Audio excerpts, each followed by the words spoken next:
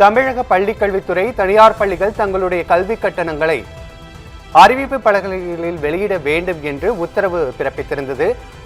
இது தொடர்பாக கூடுதல் விவரங்களை வழங்குவதற்காக எமது செய்தியாளர் சக்திவேல் இணைப்பில் இணைகிறார். வணக்கம் சக்திவேல், உயர்நீதிமன்ற உத்தரவின் பின்னணி என்ன? நிச்சயமாக வணக்கம் ராஜேஷ். தனியார் பள்ளிகள் ஒழுங்குமுறை சட்டப்படி கல்வி கட்டணங்களை பள்ளிகளின் அறிவிப்பு பலகைகளில் வெளியிட வேண்டும் என சென்னை உயர்நீதிமன்றம் உத்தரவிட்டுள்ளது.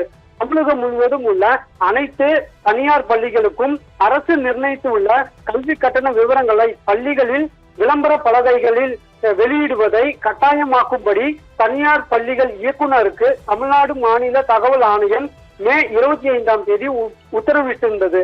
அதன்படி கல்வி கட்டண விவரங்களை விளம்பர பலகையில் வெளியிடும்படி அனைத்து தனியார் நர்சிங், பிரைமரி, மெட்ரிகுலேஷன், சிபிஎஸ்இ பிற வாரிய பள்ளிகளுக்கு தனியார் பள்ளிகள் இயக்குனர் ஜூன் 1ஆம் தேதி சுற்றறிக்கை பிறப்பித்தார். இந்த நிலையில் மாநில தகவல் ஆணைய உத்தரவையும் தனியார் பள்ளிகள் இயக்குனர் பிறப்பித்த அறிவிப்பையும் ரத்து செய்ய கோரி அகில இந்திய தனியார் கல்வி நிறுவனங்களின் சங்கத்தின் சார்பில் அதன் பொதுச் செயலாளர் பழனியப்பன் சென்னை உயர்நீதிமன்றத்தில் வழக்கு தாக்கல் செய்திருந்தார்.